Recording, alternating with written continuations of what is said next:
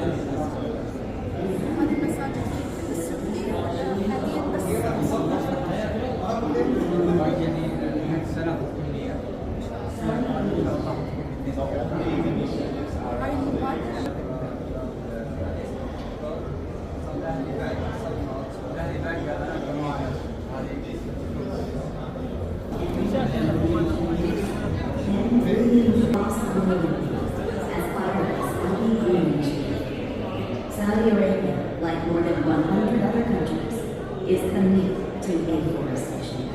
SGI, a nationwide initiative, brings together all parts of the kingdom, from rural and urban communities to the government, businesses, and civic society, working collectively on one of the most ambitious green projects in the world, in one of the most challenging natural climates for tree growth on Earth.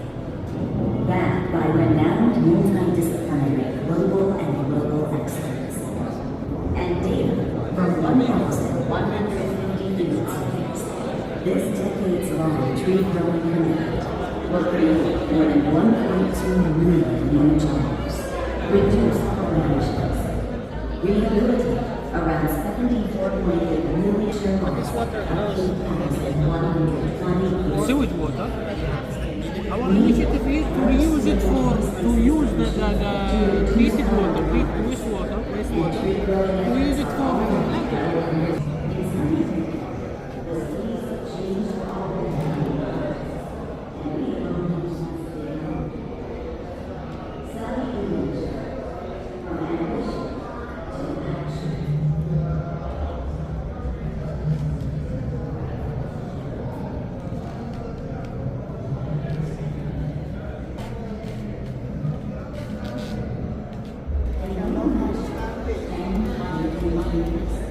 and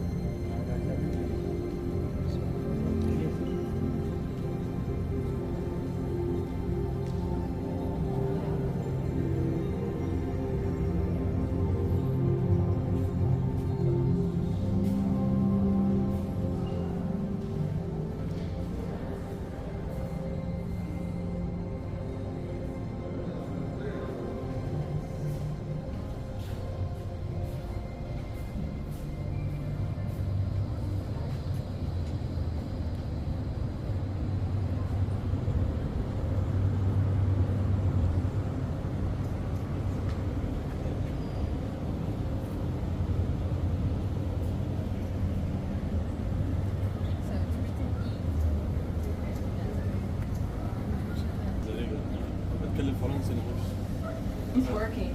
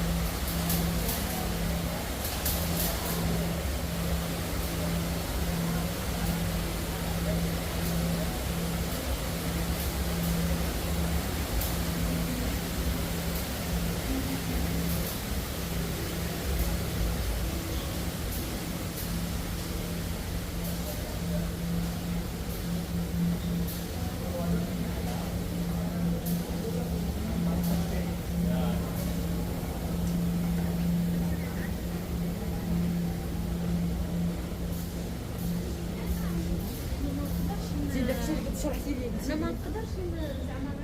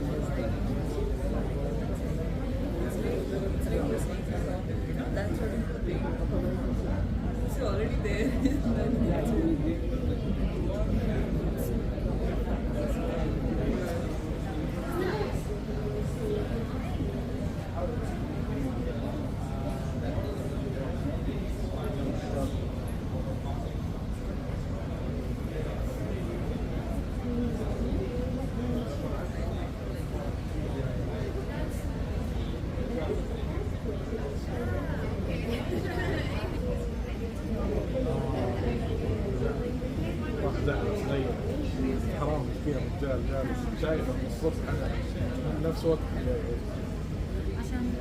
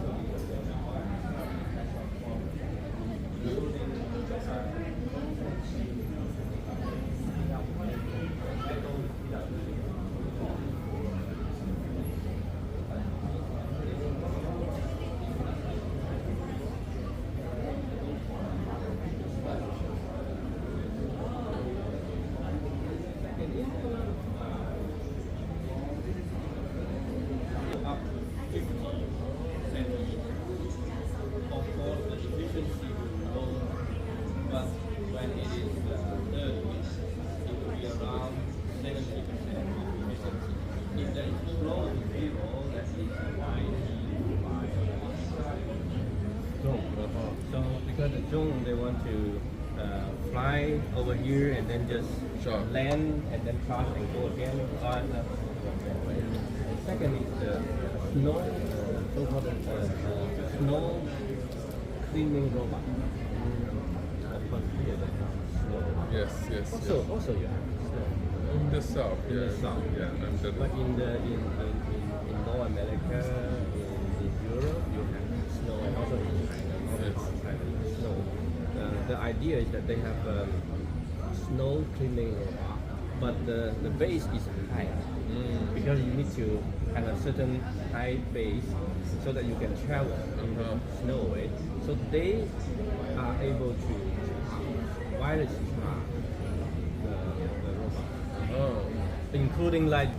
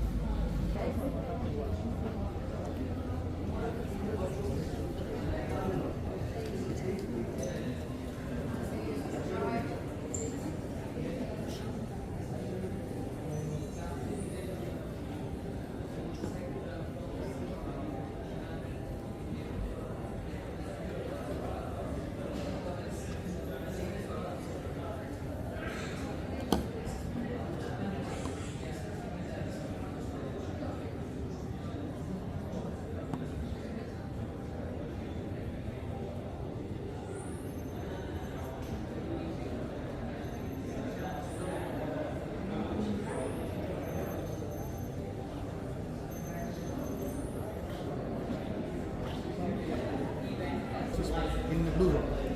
He's also speaking about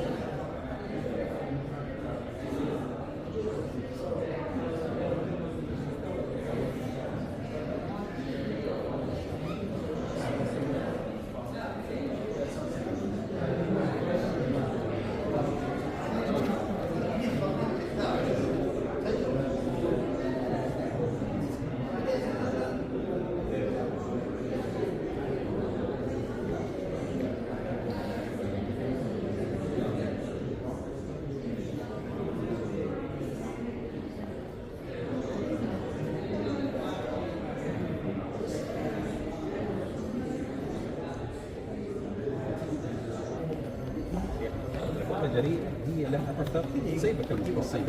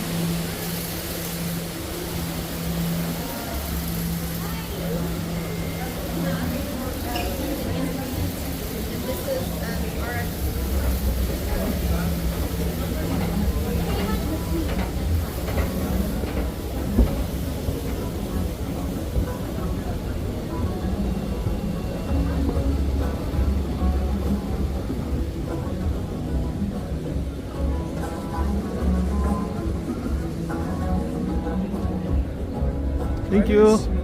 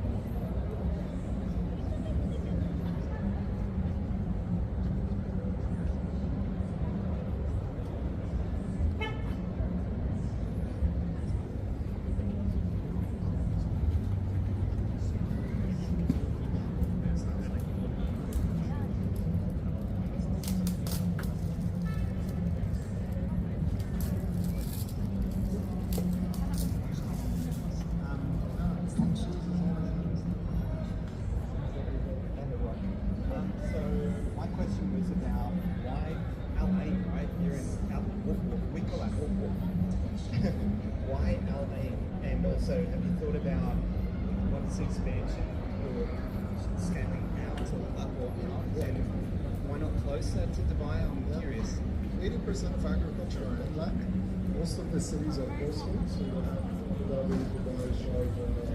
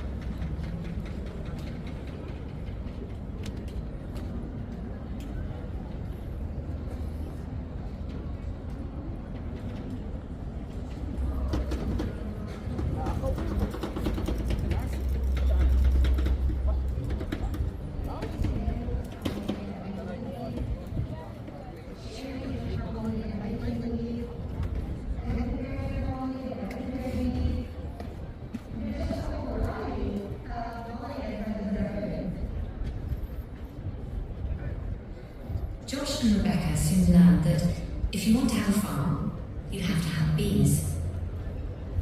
So to help pollinate their farm, They got some honeybees. One stupid thing that I didn't do. We had a friend who rescues bees in Los Angeles come up to Ojai and bring us a couple of hives, and we slowly learned beekeeping.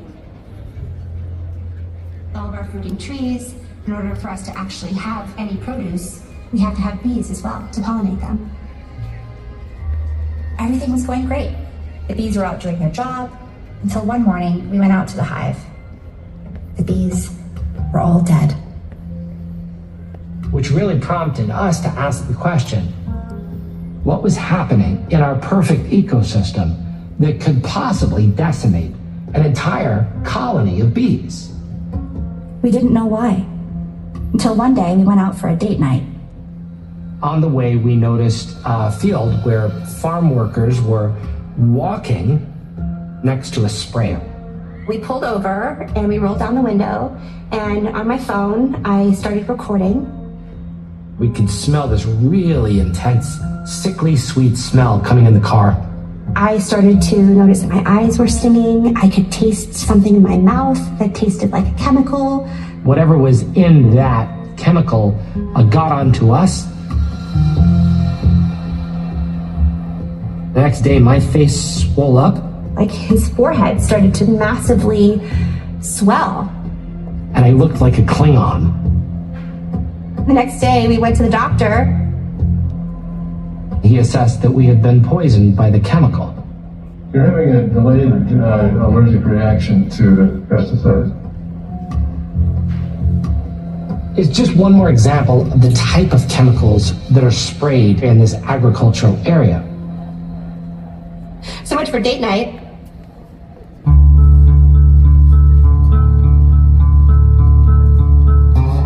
We live in a valley of about 8,000 acres of agriculture. And most of that 8,000 acres of agriculture is citrus.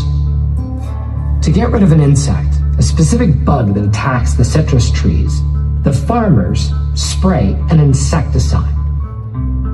A neurotoxin that is an insecticide called neonicotinoids was being sprayed on almost every single orange tree in our valley. They're water soluble, they've grown in use in pest control and agriculture, and they now come out in nectar and pollen that the bees can pick up. The bees are visiting the flowers, they're getting these neonics, and it's detrimental. If it was killing the bees on our property, we had to wonder, what's it doing to our air? What's it doing to our water? What's it doing to our kids? Once we actually got the data, we found out that our town was being sprayed 78 times per month. And the bigger question was, if we're dealing with it here in our little community, what are we dealing with on a global level? We are prisoners to essentially industrial agriculture. What's going to happen when you put all that food in one place is to an insect that loves eating strawberries, loves eating almonds, this becomes like a giant magnet. And now we have to figure out a way to prevent those bugs from eating that field.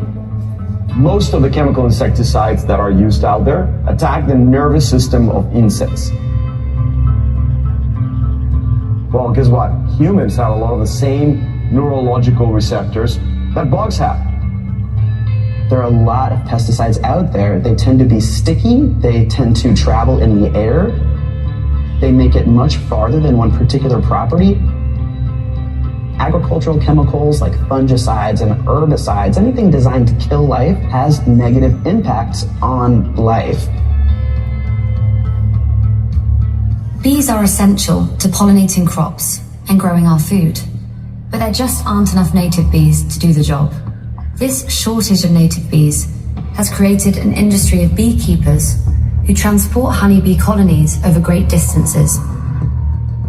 We have designed our food system in a way that relies on bees to be treated as livestock and shipped across the country, and they're being forced to pollinate in ways that are completely unnatural for them.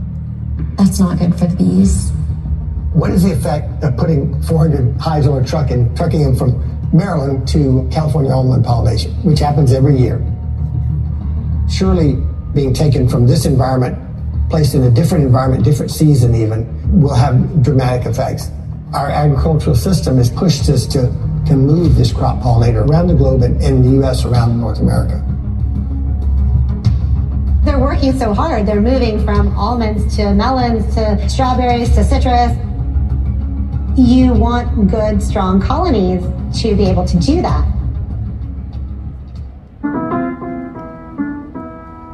It was the beekeepers who first noticed a troubling threat. Bees are mysteriously dying. It's called colony collapse disorder. Beekeepers in 27 states report disappearing honeybees. We've seen in Europe and North America in particular, increased frequency of hives dying. Many people believe it's probably at least partly due to the impact of pesticide exposure, combined with exacerbating outbreaks of viral diseases, and the two can cause colonies to collapse. We lose about 1 out of every 2 beehives in America annually. It's a shockingly high number, especially because we rely on bees for their ecological role as pollinators. For the last 2 years, I cannot keep bees alive. I have almost 90% losses. Beekeepers, really good, multiple generation beekeepers are still losing their bees. The other issue that affects honeybees is this parasite. It's called the varroa mite. This, as many other things, is tightly correlated to global warming. These mites aren't dying over the winter anymore. They're reproducing at a much faster rate because the temperatures are higher. You add to that the fact that we have less honeybees living in the wild, and the result is a global crisis. In recent years, the world's population of bees has been decimated. A new study finds that the most widely used kinds of pesticide could be part of the problem. We are perhaps the biggest threat facing bees. And when I think about all the work that these creatures do for us, and the fact that we're contributing to the loss of these species, it breaks my little beekeeping heart. Why are humans so intent on killing bugs? The insect world is often portrayed as our enemy. We have been conditioned to fear bugs.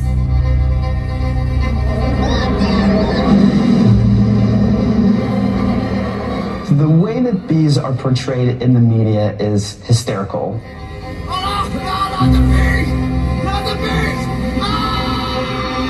Hollywood or the media have villainized bees. There is no reason to fear bees in this rhetoric of killer bees or murder hornets that sensationalizes bees is only harming them. We're thinking about like killer bees in Hollywood. There were a lot of kind of bee movies about those. You think about bears, when you see them in the stores, they're kind of friendly. I'm like, why can't we do that with bees? Most of those fears are inherited. When you see a cartoon or illustration of a bee, sometimes the bee looks angry. The stinger is highly visible. Stinger, check. There's a real contrast between children, I think, and adults. You know, kids, they love to go out with a net and catch insects and put them in a pot or hold them in their hand and look at them, and they think they're amazing. So by the time they're teenagers or adults, they're usually frightened of anything that buzzes near them, and their standard response is to try and kill it. I do want to help you get over something, because you're scared. No. You're scared of spiders. No, we're not. We're absolutely not. It's not a loose spider. No! It's No. What if I just... Stop! And I think it's terribly sad that we as a species kill and control anything that's remotely inconvenient. Aerosol of insecticide that will kill the flies and mosquitoes it contacts. And the operation will have to be repeated. They're very protective of their home and their nest. So if you try to disrupt it or do anything to shake it, then yes, then they will be on guard. But, I can stand by the hive and just watch them go in and out. We create these bonds, and I wish people would show that connection. Bees are actually a really good indicator of a healthy or unhealthy environment. And so we need to get that message out. Not that there's something to be feared. The bad news is, it's not just honeybees that are dying. It's all insects. The easiest way to answer whether there's an insect apocalypse, it's obviously yes. I think about the war on bugs as it relates to things like the great insect apocalypse, as we're calling it these days. When humans ran from predators, ran from creepy crawly things, favoring modern humans today that are a bunch of people who are apt to kill insects. But these mistakes are now starting to become additive, and we're starting to kill off things that we really, really need, like bees. Pretty much every insect that is routinely monitored is in free fall. Any of us who had a childhood of having bugs and insects around can understand that if we stepped on a wasp as a kid, we got a bee sting, that was a part of childhood. In ways that kids growing up today don't have those same experiences.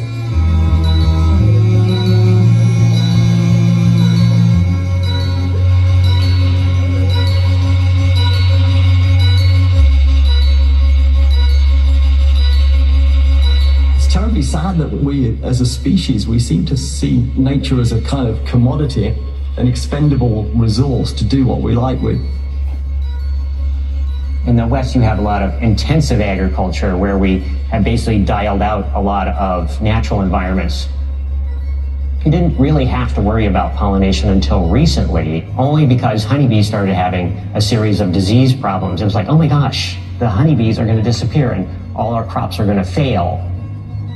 If you alter the environment so greatly, you have lapses and big problems.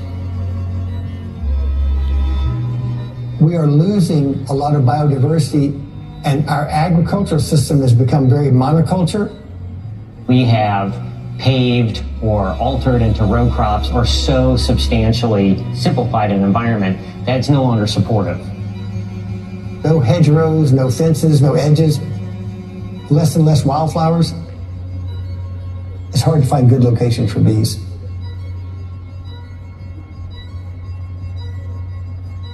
The way we are currently growing our food is threatening our ability to grow food in the near future.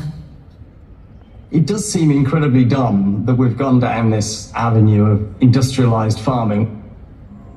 It's wiping out biodiversity, it's damaging the soil, it's polluting the rivers. If we lose the bees, we'll have nothing to pollinate our crops. We need all this stuff that we're wiping out.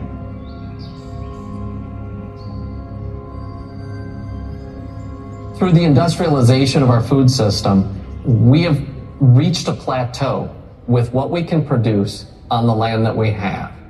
And that system is starting to implode on itself. It was based not on connection with the land. It wasn't based on the natural resource base of a farm. It was based on exploitation.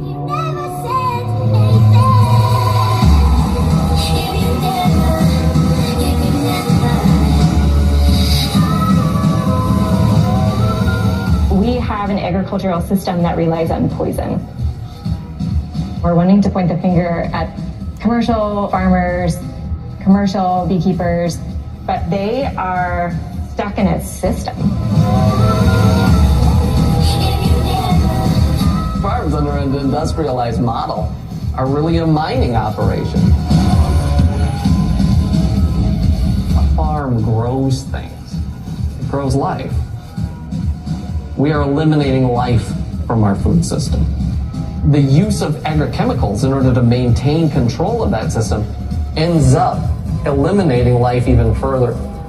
It becomes this treadmill that we can't get off of. The more you use, the more you need. It's an addiction. Farming this way isn't working anymore. Contemporary agriculture is not only harmful for the bees, it's harmful for birds, it's harmful for butterflies, it's harmful for amphibians, it's harmful for people.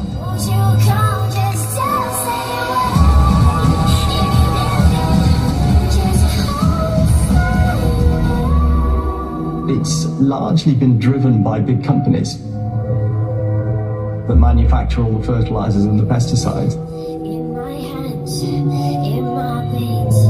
They have persuaded both farmers and governments that this is the only way we can feed the world. And actually, I think the world will end up starving if we carry on down this route.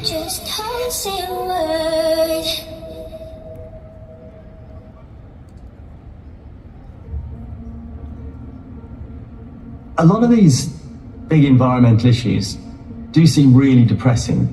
It would be nice if we could somehow influence farming into a more sustainable direction, which is really all about moving away from reliance on chemical input, working out how to feed 10 billion of us in a way that also looks after the soil health and looks after the biodiversity that it depends upon. I think it can be done.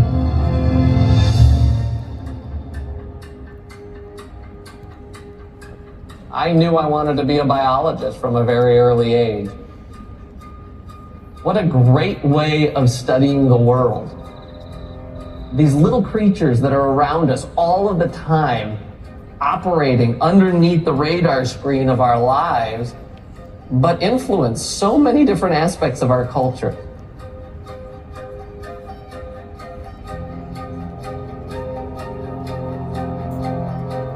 Our food system really needed to change.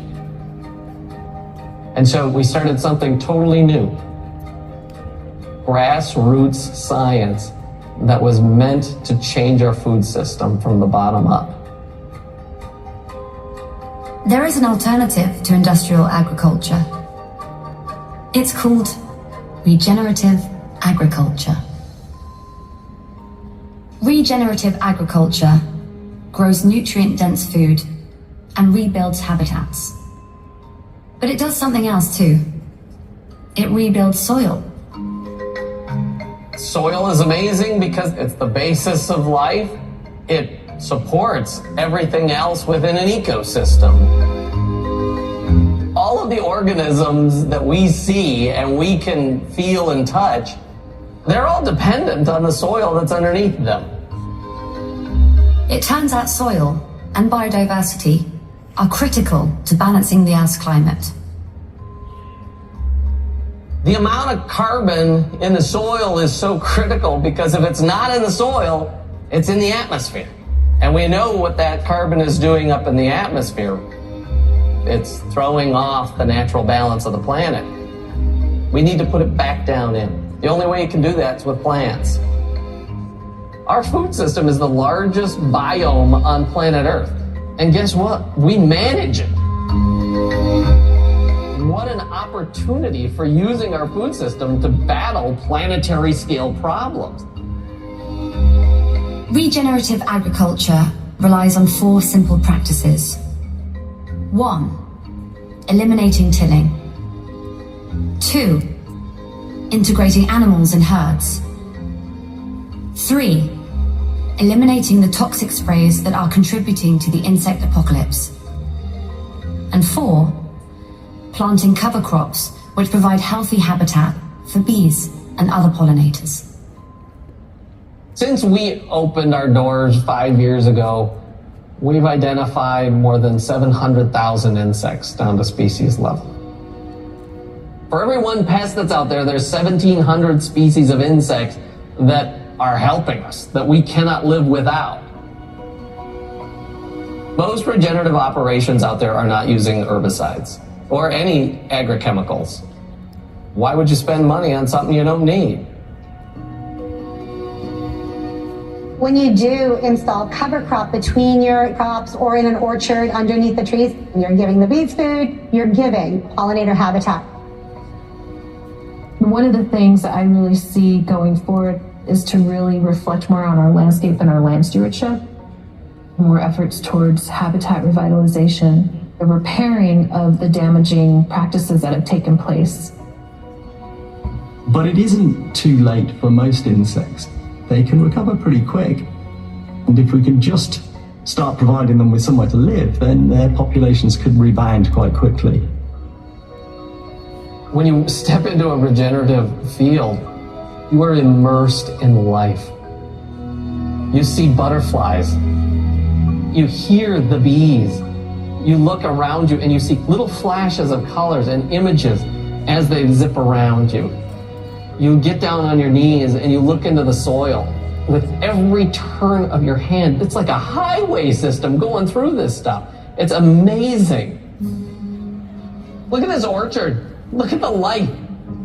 You can feel it. You can sense it. As scientists, we can measure it. And then you look on this side of the fence. This isn't even a farm. They've extracted all of the life out of this piece of ground. And the only way that they can maintain the productivity of this system is with agrochemicals. This style of agriculture's days are over. We are on the edge of a cliff with this type of farming. This is the future of food production.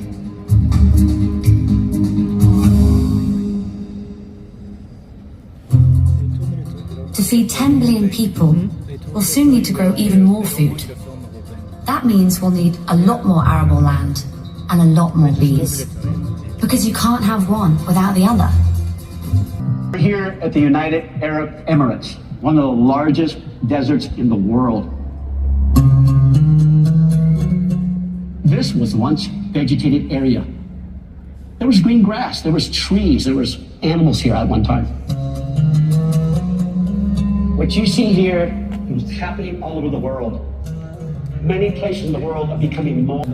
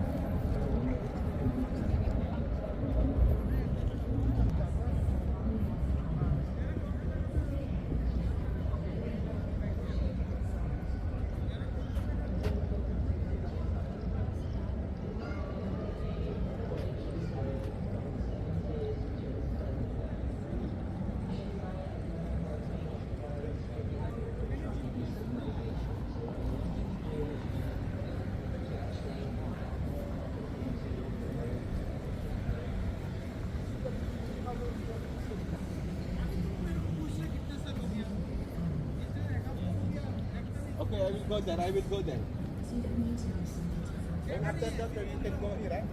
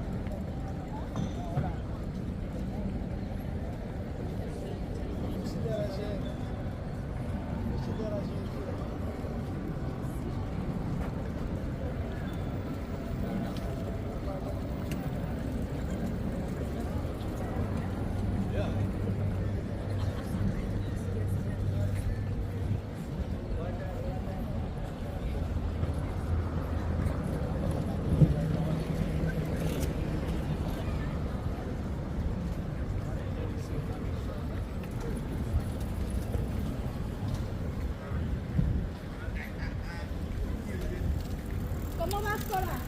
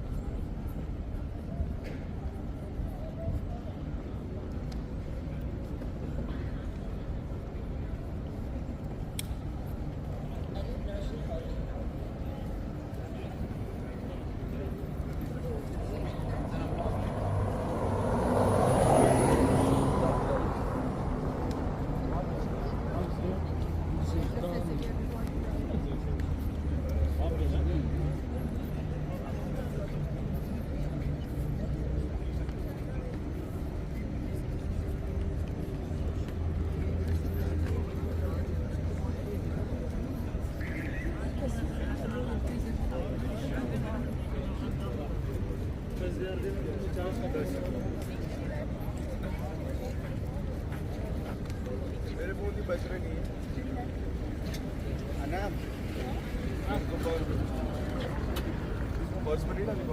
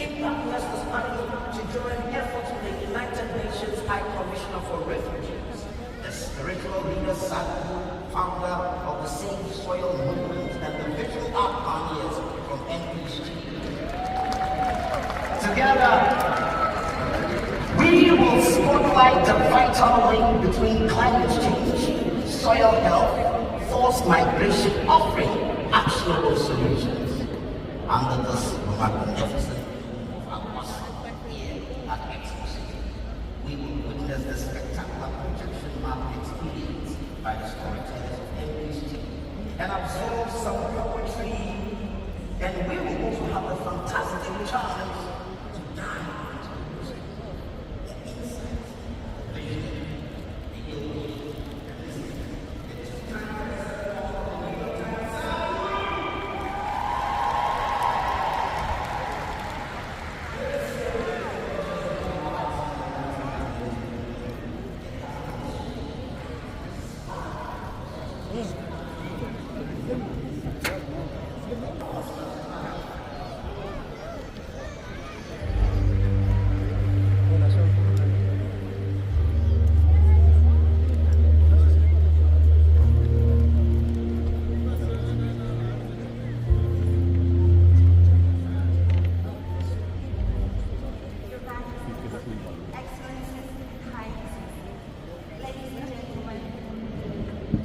Good evening, distinguished guests, and thank you for being with us tonight.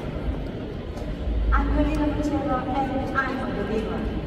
I believe that we, as humanity, can unite and create a better future for our children. Last year, I worked with Ukrainian refugees and realized that we're not ready for the scale of development. Supporting people who are fleeing from war, gave word to my devotion to improving the hard reality of life. My name is Miguel Jordan, and I believe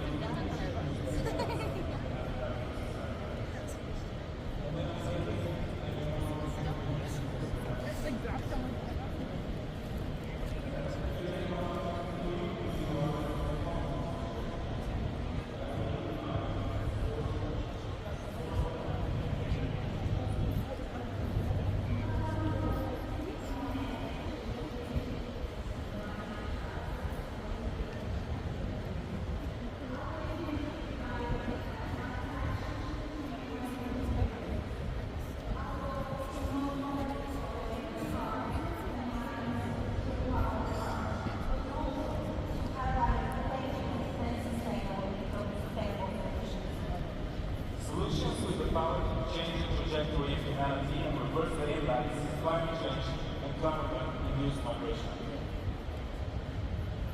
This event is not just a milestone. It's the first of many steps towards a larger goal. The fast development of Impact Nest is a testament to the magnetic pull of meaningful ideas, drawing together like-minded people and communities dedicated to a greater purpose. Our vision extends beyond raising awareness. Impact Nest is building a global platform that not only spotlights, but accelerates the adoption of sustainability solutions. Through international partnerships, we're committed to organizing impactful events in major cities across the world. We would like to create a ripple effect of hope and action.